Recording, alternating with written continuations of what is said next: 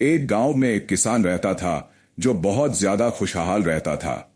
उसे हमेशा शिकायत करने की आदत थी कि उसके आसपास की चीजें ठीक नहीं हैं। साधु ने रोटी को देखा और मुस्कुराए।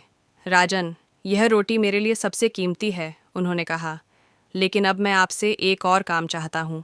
इस रोटी को उस व्यक्ति को दे दीजिए जो इस समय सूर्य नगरी में सब। हेलो दोस्तों, कैसे हैं आप सभी को मेरा प्यार भरा नमस्कार। मेरा नाम है महेंद्र रतेला। आपका स्वागत है इस खूबसूरत पार्क से। 3 दिन से बारिश नहीं आ रही है, सही बना है मौसम, पर थोड़ी उमस तो होगी भाई, गर्मी तो होगी थोड़ा। 2025 में ऐसी बारिश मैंने देखी है। मैंने अपनी लाइफ में ऐसी बारिश शायद कभी देखी हो, मुझे याद नहीं है। काफ़ी त्रासदी हो गई उत्तराखंड में, हिमाचल में, पंजाब में देखी। इस बार दोस्तों बारिश ने बहुत ही तबाही कर दी। मेरे क्या देख रहा है, हैं? क्या है? अभी 5 सितंबर से बारिश रुकी हुई है। देखो ऊपर वाले का शुक्र, कुछ अच्छा हो जाए।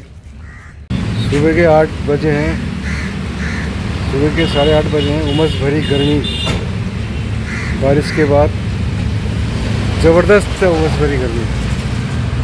आज का नाश्ता भी कुछ ऐसा होने वाला है। मूंग दाल और पनीर मिक्स का। मूंग की दाल है, इसमें सूजी है, दही है और पोहा है और डाला है इसमें, क्या कहते हैं इसको, नमक, मिर्च, अदरक, थोड़ा सा मीठा सोडा। ये आज का नाश्ता है दोस्तों। वीडियो के माध्यम से मैं आपको 2 कहानी इसमें बताने जा रहा हूँ। एक है विक्रमादित्य की, एक है किसान की। तो ये कहानी आपको कैसी लगी आप ज़रूर कमेंट करके बताइए। अगर अच्छी लगी तो इसी तरह की मैं आप कहानियाँ लाता रहूँगा। आप कमेंट करके ज़रूर बताइएगा। एक गांव में एक किसान रहता था जो बहुत ज्यादा खुशहाल रहता था। उसे हमेशा शिकायत करने की आदत थी कि उसके आसपास की चीजें ठीक नहीं हैं। एक दिन उसने भगवान से शिकायत की और कहा कि अगर वह अपनी फसल उगाता है तो उसे वही मौसम चाहिए जो वह चाहता है। न ज्यादा बारिश, न ज्यादा तेज धूप, न ज्यादा हवा।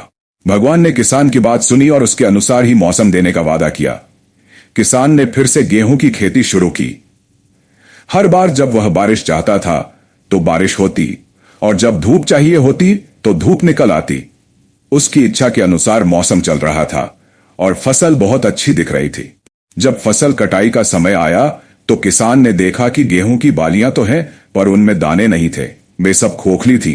किसान बहुत हैरान हुआ और उसने फिर से भगवान से पूछा कि ऐसा क्यों हुआ। भगवान ने जवाब दिया, तुम्हारी फसल ने बिल्कुल भी संघर्ष नहीं किया है, इसलिए वह खोखली हो गई है। जब फसलें तेज बारिश में, तेज हवा में खुद को बचाए रखने का संघर्ष करती हैं, तेज धूप से लड़ती हैं, तभी उसमें दाने बनने की प्रक्रिया शुरू होती है। सीख, यह कहानी हमें सिखाती है कि जीवन में संघर्ष और बाधाएं हमें मजबूत बनाती हैं।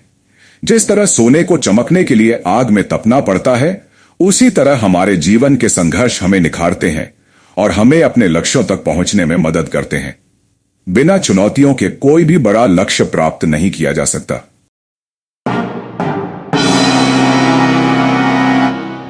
जब साधु ने राजा विक्रमादित्य से ये बात कही। साधु ने रोटी को देखा और मुस्कुराए। राजन, यह रोटी मेरे लिए सबसे कीमती है, उन्होंने कहा। लेकिन अब मैं आपसे एक और काम चाहता हूँ। इस रोटी को उस व्यक्ति को दे दीजिए जो इस समय सूर्य नगरी में सबसे भूखा हो। राजा को यह कार्य और भी कठिन लगा। सबसे भूखा व्यक्ति कौन हो सकता है? उन्होंने अपने सैनिकों को आदेश दिया कि वे पूरे नगर में जाकर सबसे ज़रूरतमंद व्यक्ति को खोजें। सैनिकों ने कई घंटों तक नगर का चक्कर लगाया, लेकिन हर जगह उन्हें यही सुनने को मिला कि राजा विक्रमादित्य के शासन में कोई भूखा नहीं है। सभी के पास भोजन और आश्रय था। अंत में एक सैनिक ने बताया कि नगर के बाहर एक टूटी फूटी झोपड़ी में एक बूढ़ी औरत रहती है जो बहुत कमज़ोर और भूखी दिखती है। राजा स्वयं उस झोपड़ी की ओर चल पड़े। वहां पहुंचकर उन्होंने देखा कि एक बूढ़ी औरत जिसके कपड़े फटे हुए थे और चेहरा थकान से भरा था, जमीन पर बैठी थी। राजा ने उसे अपनी बनाई रोटी दी और कहा, माता, यह रोटी मेरे हाथों से बनी है, कृपया इसे ग्रहण करें। बूढ़ी औरत ने रोटी खाई तो उसकी आंखों में आंसू आ गए। उसने कहा, राजन, मैंने वर्षों से इतना स्वादिष्ट भोजन नहीं खाया। आपने मुझे केवल भोजन नहीं बल्कि सम्मान और प्रेम दिया है।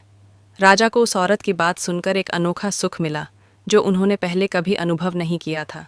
जब राजा साधु के पास लौटे तो उन्होंने पूछा, स्वामी, क्या अब मेरा दान पूर्ण हुआ? साधु ने कहा, राजन, आज आपने सच्चा दान दिया। आपने न केवल रोटी दी बल्कि उसमें अपनी मेहनत, समय और प्रेम डाला। सच्चा दान वही है जो दिल से और ज़रूरतमंद को दिया जाए, न कि दिखावे के लिए। इस घटना के बाद राजा विक्रमादित्य ने अपने दान पुण्य के तरीके को बदल दिया।